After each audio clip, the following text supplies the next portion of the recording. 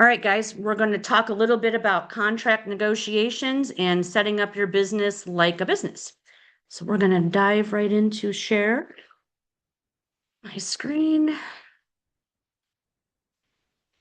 Find it. All right, can everybody on there see this? Yes? Yes. Awesome. There's a packet right there, Chanel. Just grab that whole section on the top. All right. So let's dive into contracts and negotiations. When I say contracts and negotiations, I don't mean we're going to be looking at contracts. I just mean what is a contract? When do you have a contract? And then how do we negotiate all those different scenarios? Would you close that door? I know I get talking really loud. And so, by the way, speaking of that, next week on Tuesday, we do have that evening class that is writing offer workshop. It's at 5:30. Keller Home Loans is sponsoring us some dinner. So come hungry, come at 5:30, and then we're going to eat and roll right into that workshop. So I'll have contracts printed, but I would really love it if you guys all brought your computer and had dot-loop up, because let's face it, in most scenarios or almost every scenario, you're writing the offer on dot-loop on your computer and not on paper. I'm going to print some paperwork just so that you can take those as examples, but really you should come with your computer. If not, it's okay. You can do whatever you want to do. I'd rather you come. But I don't do a lot of evening classes only because I get very few people. So a lot of people have asked, because they're dual career, can we do an evening class? So please show up and be there. I can't promise when the next nighttime class, in particular on writing offers, is going to be. So I will hope to see you then, and it is in person only. So I'm sorry for those who can't make it in person or can't make it, because it won't be on Zoom. It's too hard to do a workshop like that on Zoom and in person. All right, so let's dive in. I love talking about contracts and I Real love quick, talking about Gina, negotiation. Yep, go ahead. did you say Tuesday or Wednesday next week? So it originally was on the calendar for Wednesday, and I couldn't catch Ashley in time to change it before she posted that calendar last month, actually, because it was already in print. But then I found out I had a personal conflict. My granddaughter is like a major superstar in track, and we had no idea 2 weeks ago that she had this ability. She's like beating all these records, and she has a track meet that day. So I definitely cannot miss that. So I switched it to Tuesday. Okay, great. Thank you. No problem. Okay, so let's dive in. So here's some different things that we need to be asking our buyer about. And I'll be honest with you, the sooner that you can start preparing your buyer for, and really seller, for things that they're going to have to make decisions about that are coming up in the very near future, the better. Meaning, set up the expectations up front. It's way harder for a buyer to swallow certain things that they're going to be doing and didn't expect if they didn't know about it prior to. Now, I understand how fast moving our market is right now, which means this. You get a call from a for sale sign, or you get an internet lead or a referral, you show them one house, they're ready to make an offer because there's nothing else on the market. You haven't maybe had a chance to do all the things, but that's why your buyer packet, your sales packet, is so important, because it's going to go over a lot of these details. And it's also your guide for certain things that you want to be able to talk about. So letting them know things like, start thinking about what inspections are important to you. I don't like to interfere in the let me project to you what I think you should do. It's totally up to you what inspections are important to you. When I hear someone say, my whole family's got major asthma and allergies, so no matter what, we are going to do a mold test, or we're going to test for radon and those kinds of things, it gets them thinking about that. I'm not saying, hey, Justin, would you like to test for these things? They're all on the purchase agreement. I just want them to start thinking about what that might look like for them. Also, knowing, guys, you need to know where you're selling houses. I can't stress it enough. Rich and I have these conversations all the time, and it's this. I don't care if you have a brother that lives in Columbus and he gave you a referral and you want to sell a house there. If you don't know anything about Columbus, you shouldn't be selling houses there. The fastest way of making money is a referral. Jake's about to make a nice commercial referral, and I'm pretty sure it's thousands of dollars for that referral. So the work that you put into that was the time it took you to hand over the name and number. So you're making thousands a minute for doing a referral. So a lot of things go into selling a property, whether it's a listing or a buyer, especially outside of your bubble if you don't know anything about it. I always find it interesting that people who've been in the business aren't trying to sell houses in Sandusky. It's always new people. So guys, you're the offenders, is my point. Stop trying to sell houses. I understand everybody's just as desperate to sell a house as all of us. We all have our reasons that we need to make money. But you're going to get yourself in a situation when it's not in our MLS area, you don't know anything about the area, and there could be inspections that have to be done there. You don't know about that. And I promise, and here's my disclaimer on recorded, I don't know about those areas. As your productivity coach, it's my job to teach you how to get your business rolling and all the different things, but I don't know everything about the state of Ohio. Thank you for thinking I do, but I don't. And so I stay in my bubble. So when I say I can't help you write an offer for that area, it's because I don't know anything about that area, nor do I try to represent that, if that makes sense. So stay out of those areas unless you are going to, really dig deep and learn about what inspections are required or different things that go on there. Even just up in Cleveland alone, there's different city requirements that happen up there in Cuyahoga County. So if you sell a house in Lakewood and you didn't know that you had to do city inspections before the closing, your deal's falling apart. So if that makes sense. All right.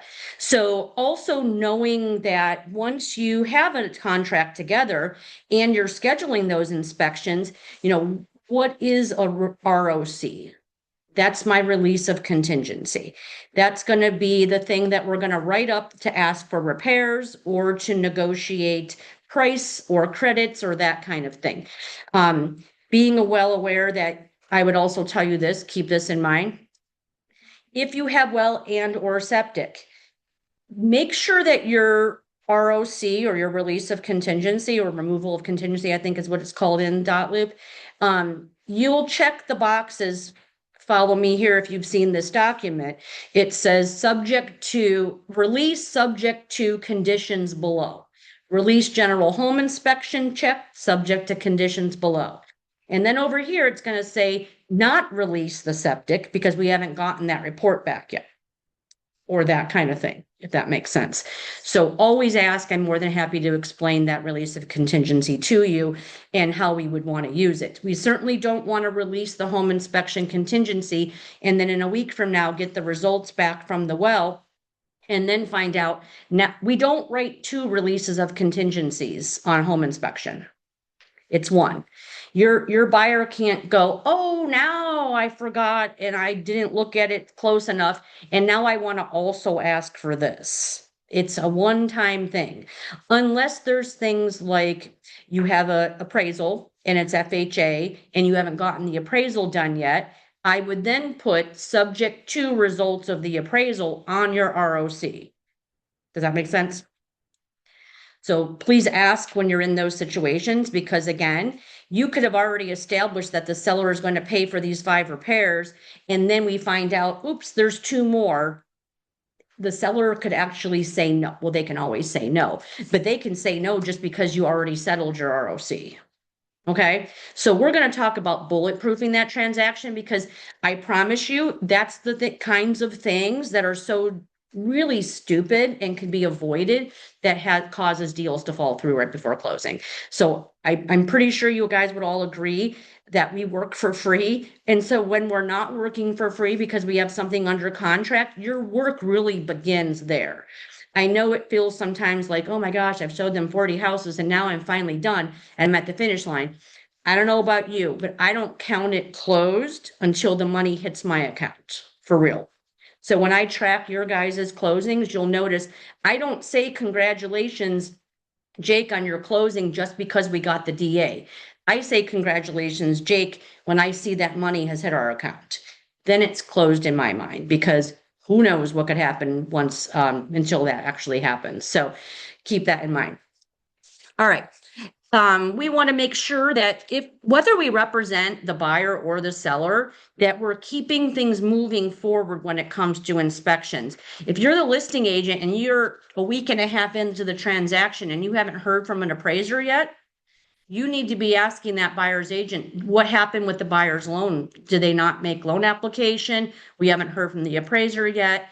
We never want to hear this. Oh, well, the buyer told the lender not to order the appraisal until after we negotiated the home inspection. That's a big no-no. Sometimes the buyers might think of that, but most of the time it's the lender telling them that, and that's never a good thing. Their contract says they'll make loan application within 5 business days, including ordering the appraisal. If the appraisal doesn't get ordered till week 2, I promise you, you're not closing on time. It could take the appraiser a week or even 2 before they schedule, and then another week to get the appraisal back. So keep that in mind. Can't do final underwriting until we have that appraisal if it's pending on an appraisal. So also keep this in mind. A lot of people have been skipping pest inspections lately, which is so weird to me because my entire, let's say 25 years of my career, there was a pest inspection done on every single transaction. And I would say in the past 3 to 5 years, I hardly see anybody testing for pest at all anymore. It's not required for any loan except for a VA. So mark that down. If you're doing a VA loan, you have to have a pest inspection. And let me also say, I don't know if OFA requires a pest. I don't think so. But our traditional loans, like conventional FHA, VA, the only one that requires a pest is VA. And the VA does not require the seller pay for the pest. That's an old-fashioned thing. I would say about 2 to 3 years ago, they switched it that the seller can pay for the pest. I'm sorry, the buyer can pay for the pest. In my opinion, but not a law, the buyer should be paying for all of their inspections. The seller should pay for none. That's just my opinion. And that's how I write every offer. And that's also how I negotiate every listing of mine. My seller is not, I'm not recommending that my seller pay for any inspections. If you can't afford to do inspections, then you shouldn't be buying a house, as harsh as that might sound. So that's part of their responsibility. I have a million reasons why, but I'll give you one. The person who's paying for it is also picking the inspector. I'm letting my seller have major liability on their shoulders if they have bought and paid for an inspection and then there's a problem later. Then the buyer is going to come back and say, oh no, we should have picked the inspector. Then you should have paid for it. So all this is negotiable, guys. It's not written in stone. It's just how I choose to practice. I don't feel like it's the seller's responsibility to pay for those inspections. Also, when an appraisal or a inspection comes back, sometimes we need to get estimates. So we need to coordinate that. Who's getting the estimates? Is the buyer's agent talking to their buyer about contacting people to get estimates? Or if the seller agreed to repairs, is the seller getting estimates? I would also not ever have anybody agree to anything until we know the cost. We don't want a seller, whether we represent a buyer or a seller, to say, yes, I'll replace this plumbing issue if we don't know how much that's going to cost. Because things could get dug into and they're a bigger problem than we originally thought. And now all of a sudden my seller or the seller who agreed to fix it thought that it was something that was going to be a couple $100 and it turned out to be a couple $1,000 and now we have a problem. That doesn't mean that every little tiny little thing needs an estimate from a handyman. The obvious big ticket items, however, should absolutely have an estimate. And then we can come to an agreement on how we're going to handle that. Okay. Also, this with the pest, I'll say, who's ordering the pest? If the pest inspection is on there, there's always some confusion between the agents on who's ordering the pest. So make sure there's communication with the other agent. We're going to order the pest or you're going to order the pest inspection. So keep that in mind. You should also be double checking to make sure that the client turned in their own earnest money. If someone doesn't turn in their earnest money on a listing of mine, I don't let them confirm the home inspection. No, you're not going to come and inspect the house and you didn't turn in your earnest money, not because you forgot, but because you were afraid that you were going to void the contract after the home inspection and now you didn't ever turn in the earnest money. Real estate agents, there's a couple things that get you guys in trouble the most. One of the top things is mishandling earnest money.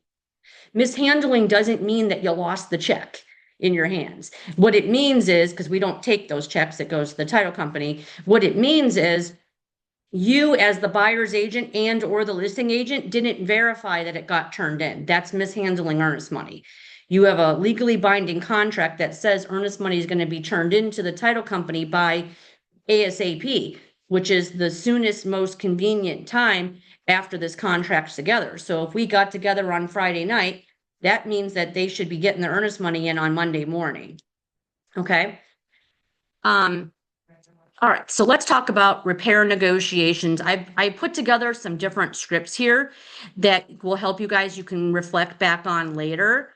A pre-listing conversation before you actually go to the inspection. By the way, guys, if you represent the buyer, you should be at the inspection. I was just at a home inspection on Monday, I think it was, Monday or Tuesday morning. I sat there at the kitchen counter and did my work while the inspection was happening.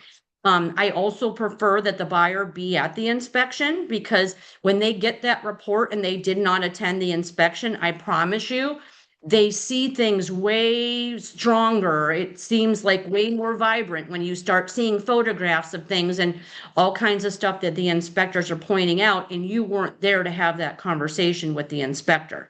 Now, I realize sometimes that's not going to happen. Maybe the buyer, is out of town, or there's a million different reasons, but if at all possible, they should be at the inspection. And they should not use the inspection as a place to invite every Tom, Dick, and Harry that wants to come see the house. It's gonna be theirs soon. They can invite people over then. As a listing agent, I have this conversation with the buyer's agent, hey, Chanel, you're gonna be at the home inspection, right? And is the buyer also going to be present? So it's your responsibility as a listing agent to have that conversation when they're confirming with you too. I also don't contact the home inspector and schedule it myself, whether I represent the buyer or the seller. That is the buyer's responsibility. I do give them recommendations, or right now I have one particular home inspector that I'm using. I feel confident about them, so I feel good about that we're not going to have a problem. And so I give them that inspector's name and number, and then the buyer calls and schedules. Now, I do tell them, please keep me in the loop with this scheduling so that you can give me a couple of options for times so that I can be present. We don't want them just doing it without that, because then the home inspector is going to reach out or let the buyer's agent know when they're planning on doing it. And then you have to schedule that similar as you would do for a showing. All right. So prepping them ahead of time, prepping my seller that this could take 2 to 3 hours, prepping the buyer about being there, also reminding everybody that what we're looking for in a home inspection is a material latent defect. This could have been a question on your test. What is a material latent defect? That is something that we, me the agent and you the buyer, could not have seen just by viewing the house. We didn't get in the attic. We don't know anything about moisture in the foundation. It's only what we can not see. So what that means is if we could see there was a big crack in the driveway that was this deep, we saw it. So is that actually a material latent defect? It's not really. It's not. That doesn't mean that they can't is a strong word, ask for something like that. But here's what I'm going to say, they should have accounted for that as part of their offer or asked for it to be repaired. You can, if there's something major that you can see is wrong at a showing, you can actually make that a condition of your offer. Now, guys, don't go getting rogue on me. We are in multiple offers. Don't lose your mind and start asking for all kinds of stuff, because then you won't have to worry about negotiating repairs at the home inspection because you won't get the sale, right? So, but just be aware that is something that you can do. We don't want our buyers moving into houses that are big problems later. We want to talk a little bit about when we want to do this repair request. I also tell my buyers in particular, okay, you had your home inspection on Monday. You'll probably get the report sometime on Tuesday. I want you to review the report And then I want you to reach out to me, whether it be by email or text, but in writing somewhere. I want you to note, Mr. and Mrs. Buyer, what are the items of concern? There's a reason I say items of concern versus what do you want to ask for? Because maybe some of these items of concern are just a question that I can find out from the listing agent. Remember, guys, bulletproof your transaction. That doesn't mean get your buyer in a situation where they're buying something that's a money pit. That's not what that means. It just means getting ahead of the things that could cause the deal to fall through. So again, what questions and what kinds of concerns do you in fact have? And then also sometimes some home inspectors get a little crazy and they're responsible for noting everything. And we can say that it maybe isn't as big of a deal as they've blown it up to be, right? That's all relative and an opinion thing. I'll give you an example.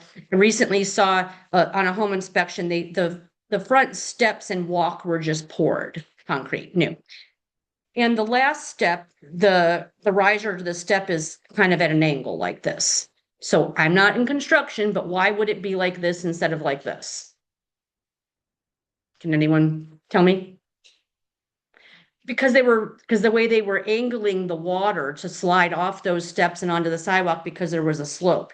There might have been puddling, and I'm guessing the reason they replaced those steps was because there was water there and there was probably cracking or that kind of thing. So they wouldn't have accidentally done this as it flows into the sidewalk. That's not an accident. That's on purpose because they wanted the water to run down the walk and not puddle under the steps, right? The home inspector said, wow, somebody really screwed up the concrete here. And I was like, no, that's not true. No, again, my opinion. So what do? We call a listing agent and say, hey, can you ask your seller, why did their concrete guy do this? And I was right. So just keep those kinds of things in mind. You're going to learn this stuff as we go. And I was thinking about in June, I know we've recently done the multiple offer workshop where we tour a house, but last summer we did a tour through a listing and we did it through the lens of as agents looking for things like kind of like what will we want to get ahead of before the inspection. And my home inspector has also agreed to come to a class if we did something like that. So I'm going to work on getting something like that together in June, just to give you some ideas of things to watch out for, but not necessarily, you're not the expert here in that. You don't need to be at a showing going, look at that, look at that, look at that, look at that. You don't want, if you're in the business of not selling houses, well, that's the way to do it, right? That's the home inspector's job. But if there's certain things that are just really obvious, like there should be a railing here, these basement steps are really steep and there's no railing on either side. Well, why isn't there a railing? Like that's some obvious stuff. Also this, keep in mind, once you write a repair request, you have reopened the contract for negotiations. So keep a couple things in mind, and I don't know that I have this in the script, but it's relevant to say.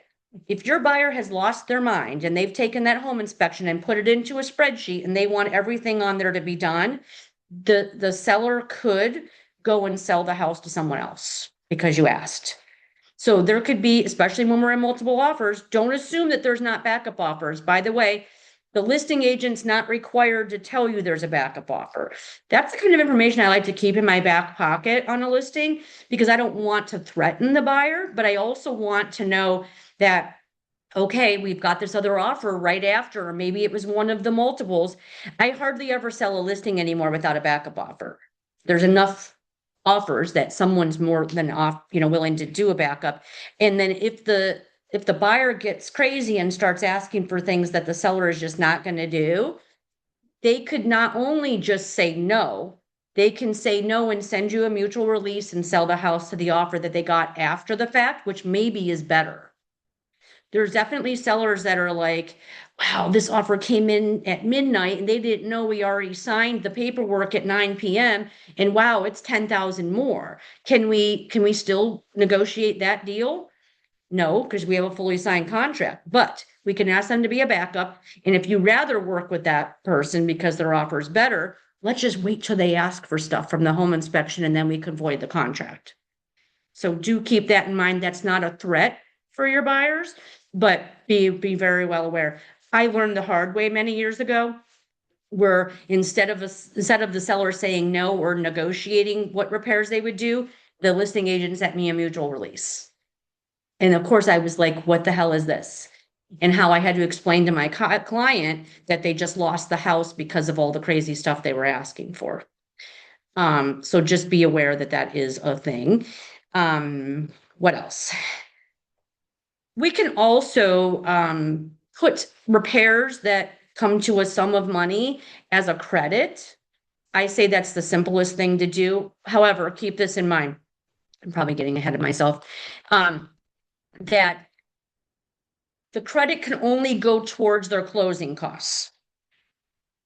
So let me say it again. The buyer can't walk away with a check of a credit for repairs from the seller. The seller, unless it's cash, but then you just shave it off the price, right? What they can do is, the buyer, so like in my transaction this week, that we didn't ask for any closing costs from the seller anyway. So if she would have wanted a credit for repairs, we could have said seller agrees to credit the buyer $2,000 towards closing costs, not towards repairs, towards closing costs. Depending on the lender and the loan type, if you say credit for repairs but going towards closing costs, we don't need all of that information. The underwriter is going to say maybe what repairs. And now we've opened up a situation that we don't need to. So it can just come off of, if they were bringing 5,000 to closing, now they only have to bring 3,000 to closing. That's $2,000 more in my math in their pocket. That's way better of an option for the buyer than shaving 2,000 off the purchase price. But there's some strange people out there that just don't want to learn or listen. I can't tell you how many buyers are like, no, I just want to pay 2,000 less for the house. Really? Because like your payment's going to change about 25 cents. You're not getting that $2,000 unless you're paying cash.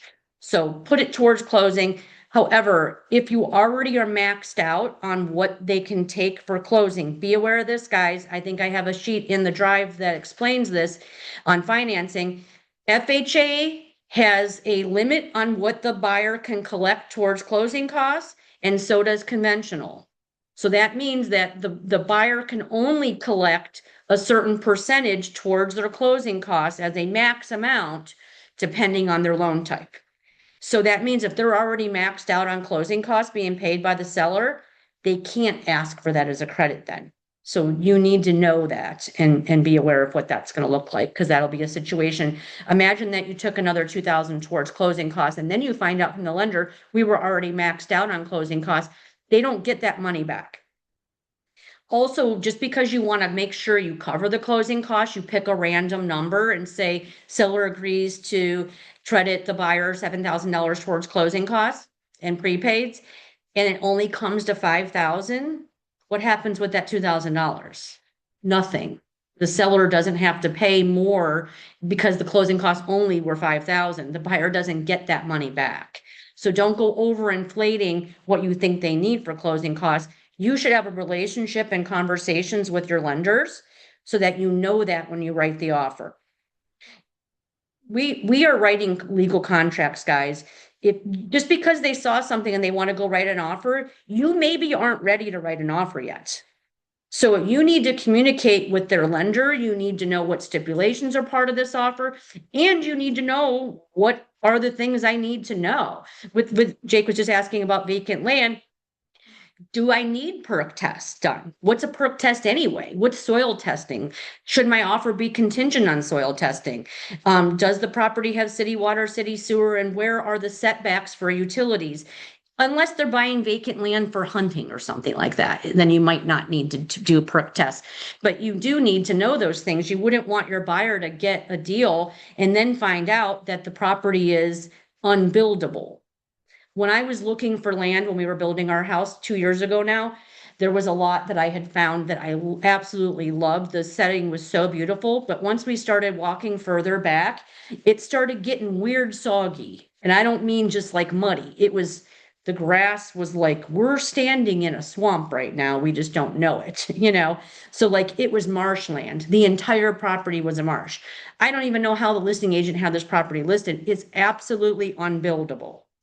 let me rephrase. You could use pilings to build your house on. That's what they build a house on that's, let's say, on the ocean. So that's the only way it's buildable. So you don't want to sell property like that to somebody who didn't get soil testing, and then they're like, oh my God, I just paid $100,000 for a lot and I can't even put a house on it. So that's a big problem. So be aware of what you're doing there. Here's some different tips on conversations about your repairs that you guys should have. All right. So as you know, for those of you who have been following along, there's assignments at the end of each of the sections. So your section 7 or chapter 7 assignment is to create a loop, write a mock offer, and then role play that with somebody. And the good news is we're already going to be doing that on Tuesday evening. So would love for you guys to be here for that. We will trickle over into negotiating as well as negotiating repairs if we have time on Tuesday. So we'll kind of dig into some of that. Before I move in on to chapter 8, what questions do we have about contracts, negotiations, and basically all the things that you need to be responsible for in regards to negotiating on your contract before we end up at closing? Anything at all? Situations that you guys might be in right now or other questions that you might have? Anybody in here or anybody on Zoom? I have a question. Okay, great. Why would an appraisal be waived? Like what? Oh, that's a fantastic question. The reason why an appraisal would be waived is because the lender understands that this borrower is so secure. There's a couple of criteria. One is they have super, super good credit score, but more importantly, they're putting enough money down that the appraisal wouldn't matter anyway. Okay, thank you. Does that make sense? So let me put it to you in very specific terms. If I'm buying a $300,000 house and I'm putting $50,000 down, the lender knows that this house will absolutely appraise for at least $250,000. So they waive the appraisal. Mine got waived. It could also be because I just bought 2 years ago. Would they see that appraisal and say? So great question too. No, the appraisal is not public information. It doesn't go anyplace other than the appraisal's computer, the lending institution, so whoever your mortgage company was, and you. The listing agent and the seller don't even get a copy of the appraisal. As a listing agent, if someone sends me the appraisal, guess what I know? There's a problem. I don't get it. The seller should not think that they're getting a copy of the appraisal. I do occasionally have sellers ask, where's a copy of the appraisal? You don't get it. It's not your business. Unless it doesn't appraise for the value or 80% of value or 90% of the value or whatever the loan type is, and or there are required repairs. Let me also note this while we're talking about that. Conventional loans can still come back with repairs. Please understand that.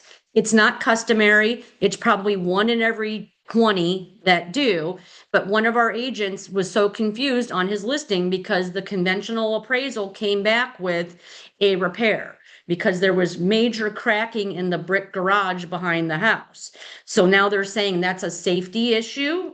They need some type of a, structural engineer to go out and say it's okay or it's not okay or what the repair is. And that's a conventional loan. So do keep in mind, it's always possible with conventional. It's not just at risk with FHA and VA. Let me also talk about this too for a second. I know I might have mentioned this on Monday. 2 more things and then we'll move on to chapter 8. When you're writing an offer, I will give you an example of why and how you can stand firm on your commission. I sold a listing in a house and a vacant lot last week. And on both of the buying side of those deals, not the listing, on the buy of the purchase of the house and the buy of the lot, on both of them, I had an argument with the listing agent about the commission. And I will tell you what happened. It's a gamble. I'm not going to ever do anything to my client's detriment, but I also don't work for less than 1.5%. So on the house that I sold, when we wrote the offer, we offered full price. There was not multiple offers. We didn't ask for any closing costs. We only asked for a general home inspection. The house is vacant, so it was already immediate possession.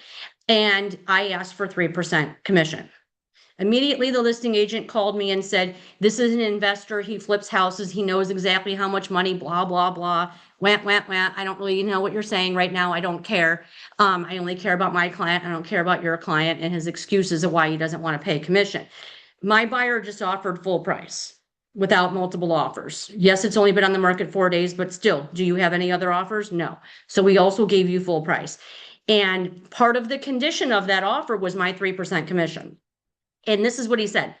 The seller's only offering a flat fee of $5,000. This is a $350,000 house. So quickly do the math. That's less than 1.5%. Please do not just say, okay. It's not you hurting your client by saying, I'm going to fight for my commission.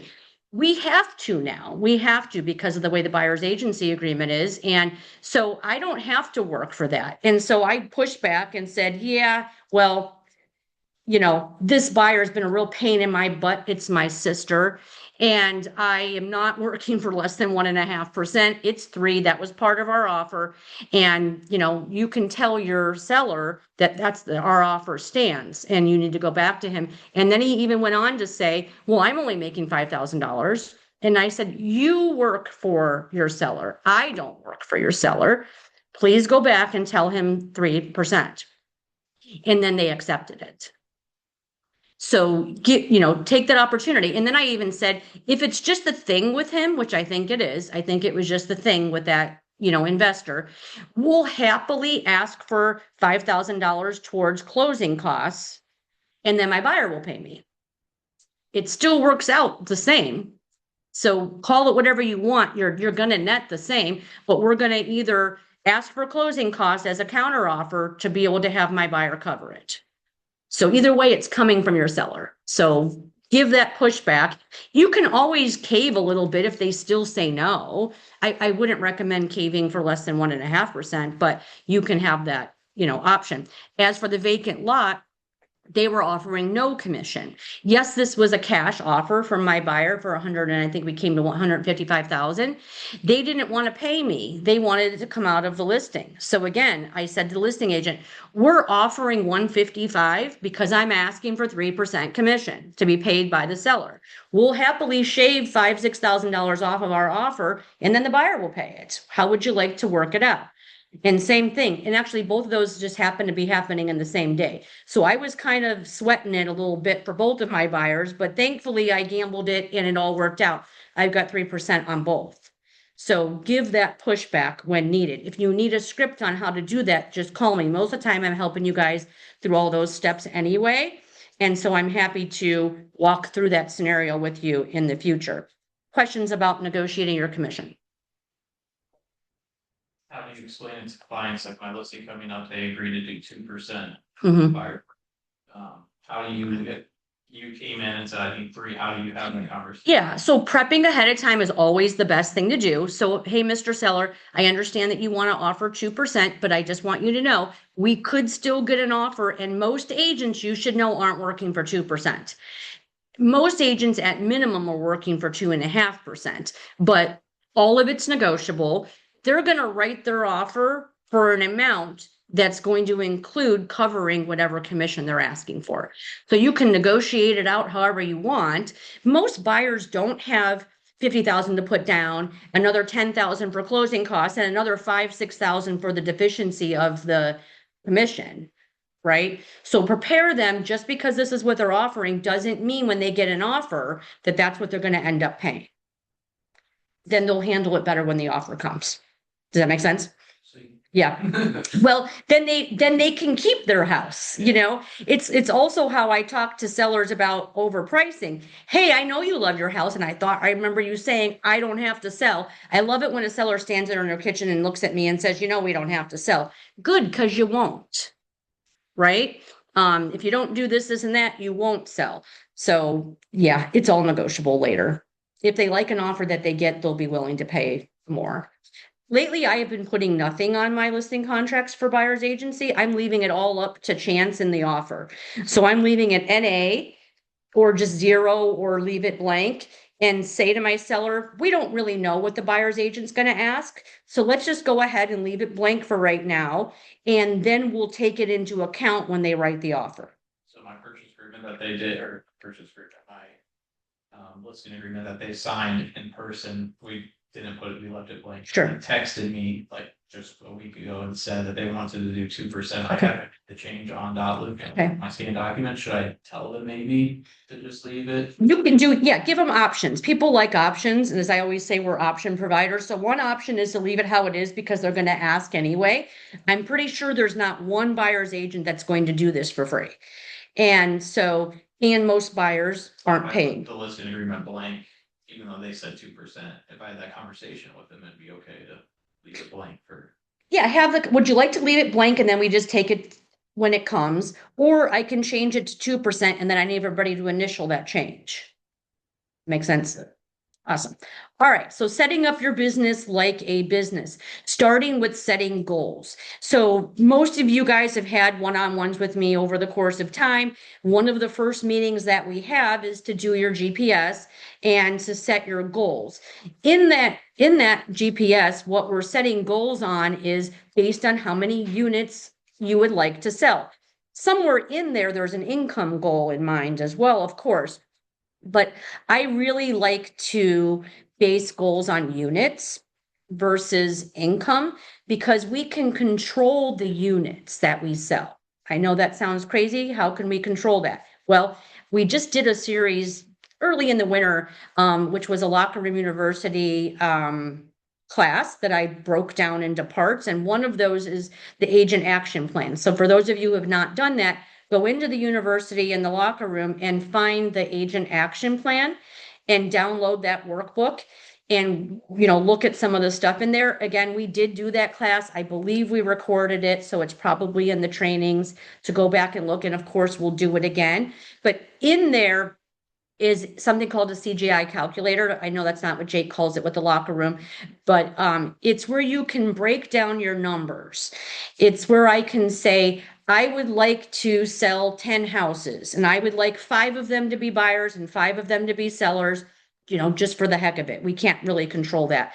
But if I want to do that, then if 50% of my business is coming from buyers, then how am I going to be able to close 5 deals with buyers this year? Well, I need to work my numbers backwards, and it's going to, at the end in the agent action plan, it tells you I need to make this many phone calls. Out of this many phone calls, I need to get this many appointments. And if I get this many appointments, I will then get this many pending contracts.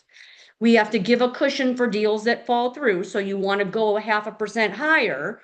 So if I want to sell 10, I should probably shoot for 12.5 because we're going to have a little bit of fallout. And eventually you're going to know your numbers after your first year. Then you can base it on the record of last year's tracking, right? So doing that makes it real visible to you of then those breakdown of my daily to-dos. So if you're thinking, gosh, what am I doing today? Or what am I doing this week? And thinking about it like money, you'll know if you're doing the right things because you're going to be able to say every phone call I make is going to make me blank. And that's a true thing. It is a numbers game. Creating a daily success calendar for yourself. So what does that look like? Well, first of all, decide on a calendar that you want to use. I use a Google Calendar. Setting up things that are always going to be automatic and that are reoccurring on my calendar. Blocking time for showings and open houses and, plenty of time for your education in there. Planning out what your workday looks like.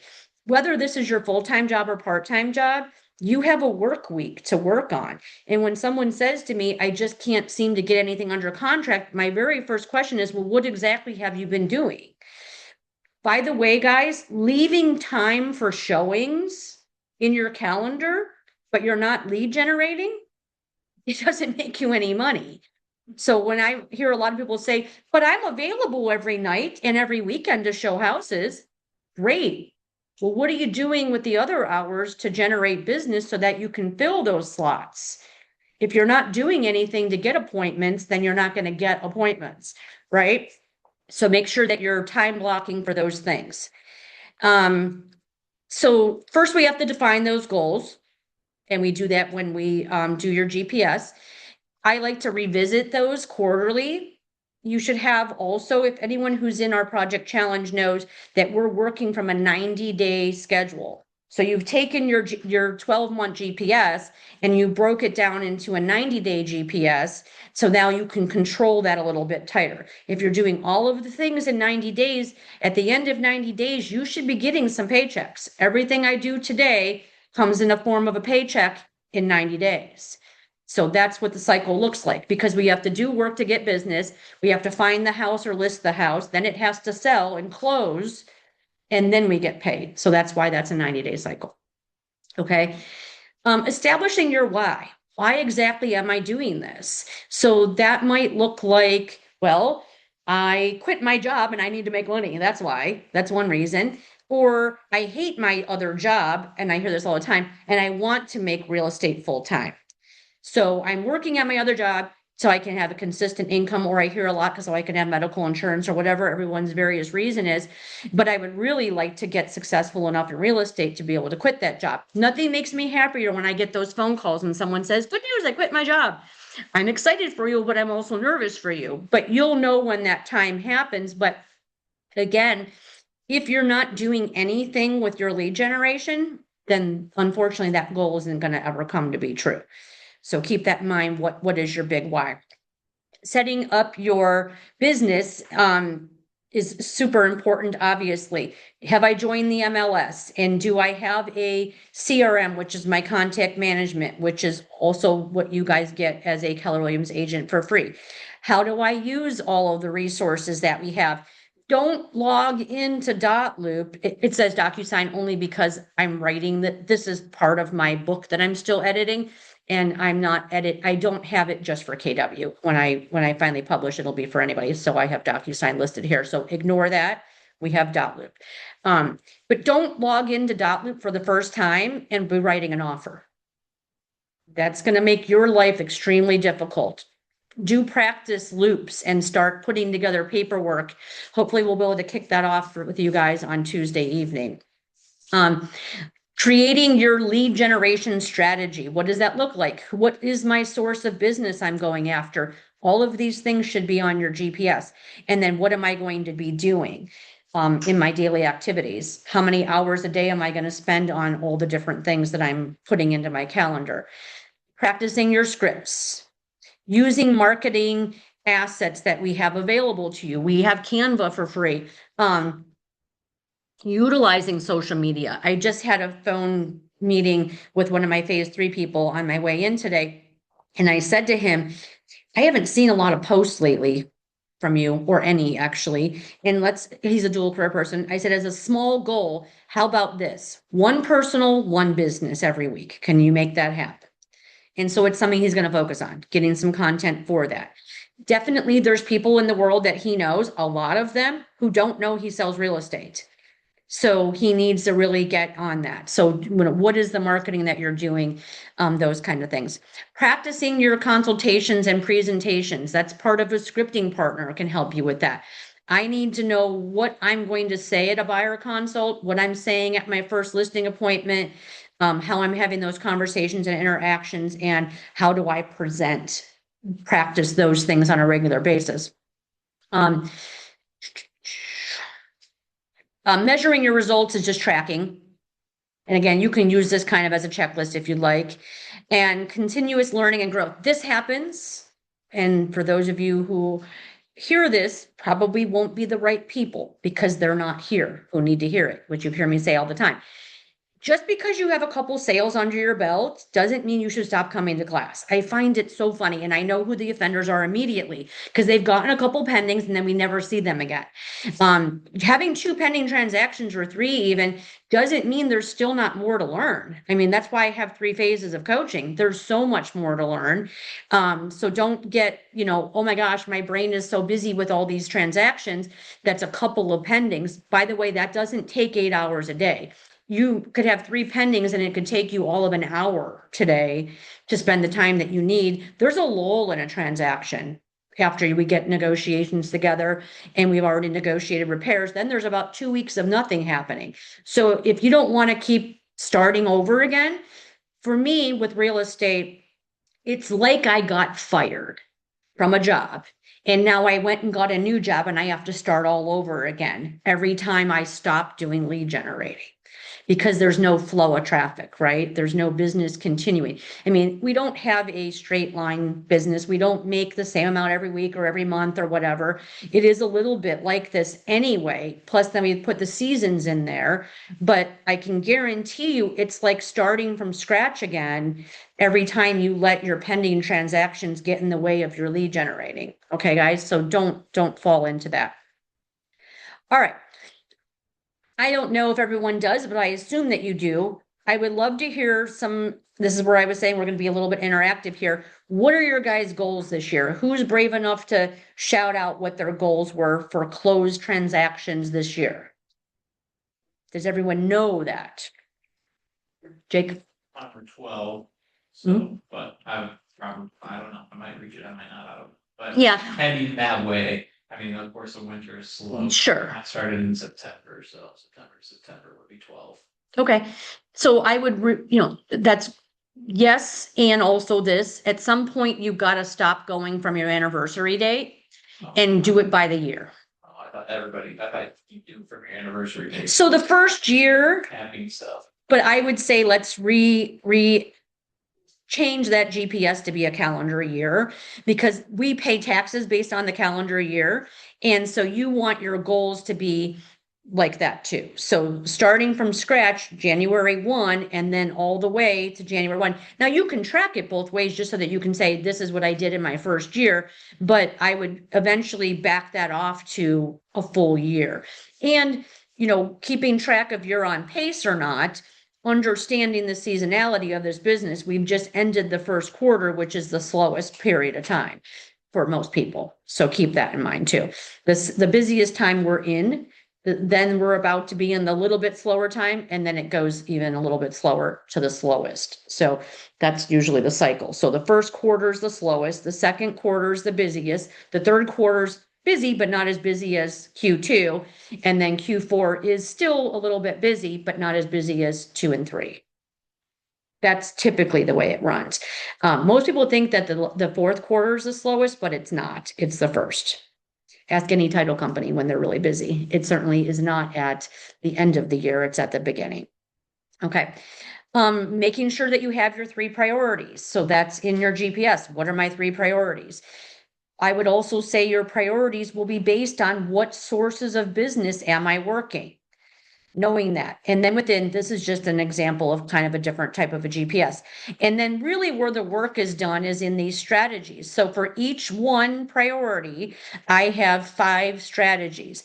Your 5 strategies are where the daily tasks live.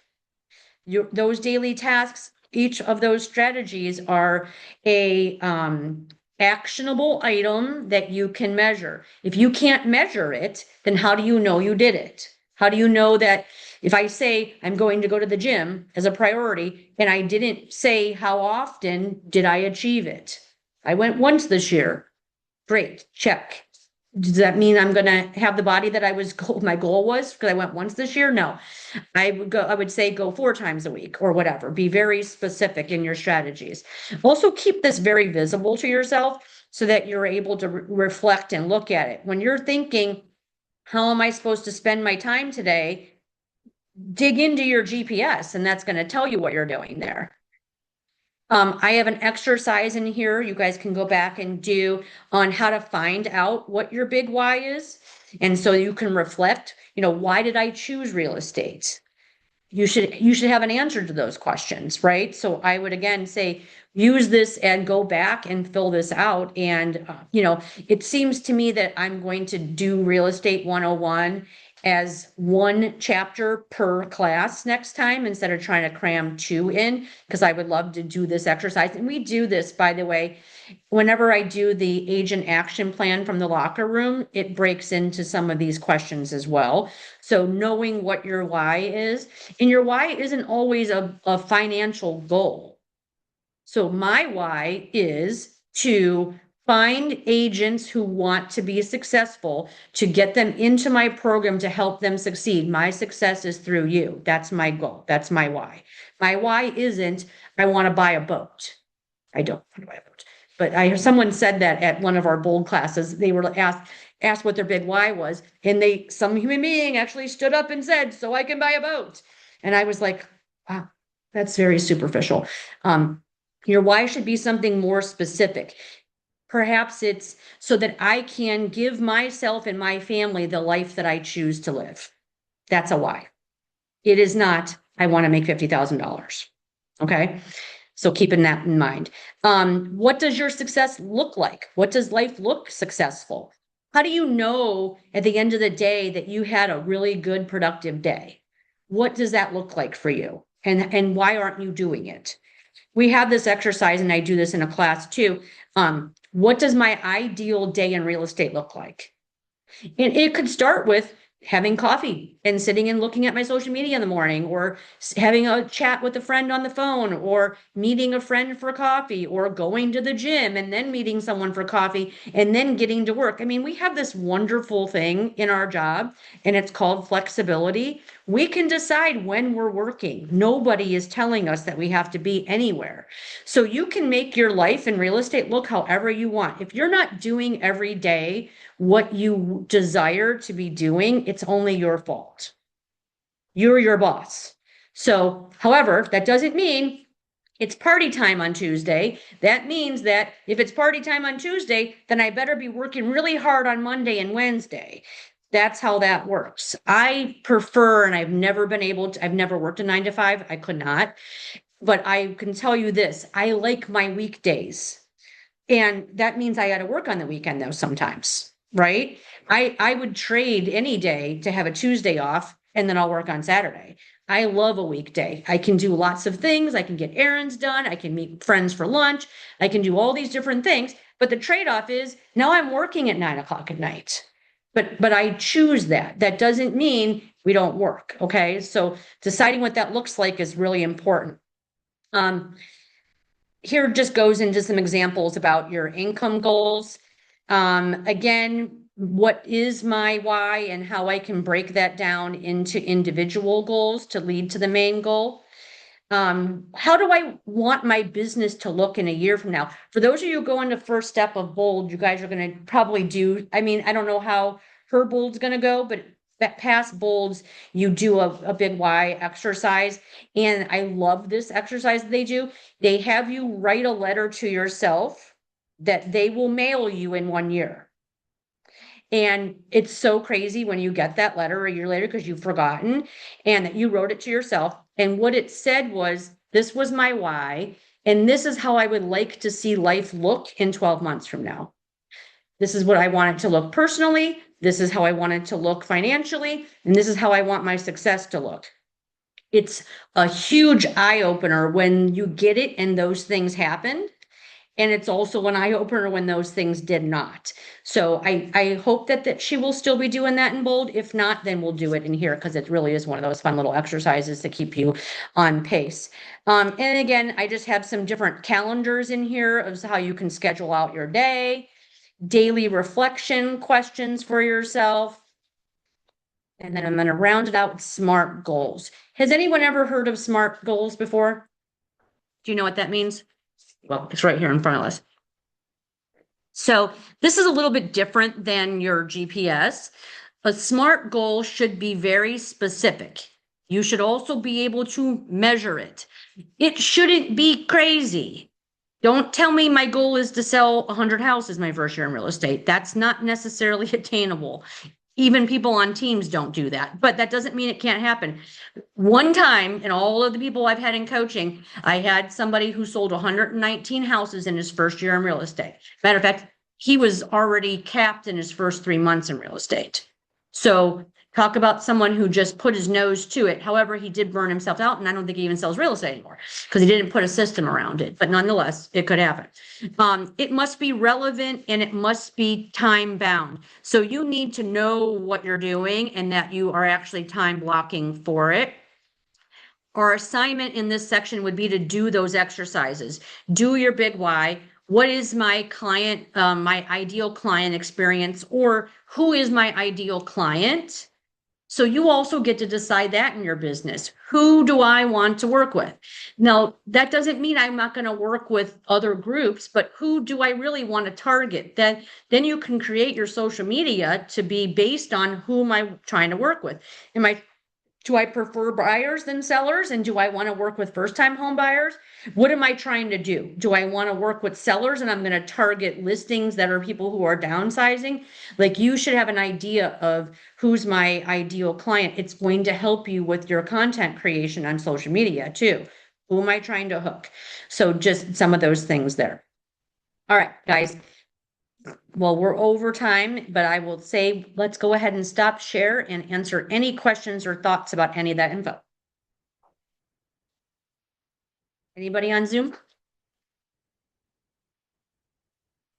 All right, guys. Thanks so much. And then next week we have Dominate Your Week. And then Tuesday evening, not Wednesday evening, we have the Writing Offer Workshop. I'll put more information again as a reminder in the Viber chat about that. That'll be here in person, and we will have food sponsored by Keller Home Loans. And then I leave at the end of the week next week for Disney for a week. So I will be, if there's only 2 places I'm ever going to be out of touch when I'm on vacation. One is a cruise because there's no internet and I won't pay $50 a day per person to get internet on a cruise ship. And the other one is Disney. It's absolutely impossible. I try every time. There's just no way. I'm at a cheer competition. We're in the midst of thousands of people there, and we also never go back to the hotel room till night. So there won't be any, okay, when I get back to the room tonight at midnight, I'll look at your offer. That's not going to happen. I wish I can say that it will, but I know what happens. Also, this, for those of you Disney lovers, I'm just feeling the magic when I'm in Disney, and I'm not really thinking about you guys here. I got to be honest. I'm one of those crazy Disney people. So, use your resources, lean into each other. Rich is always here. Amanda's here for any tech. And as for offers and things like that, I know Rich is on deck to help you out with any questions as well. All right, guys, and use the Viber chat. I mean, I love when I see our phase 3 people in particular helping you guys out with that kind of thing. All right, I'm going to stop record. Thanks so much, and we will see you soon.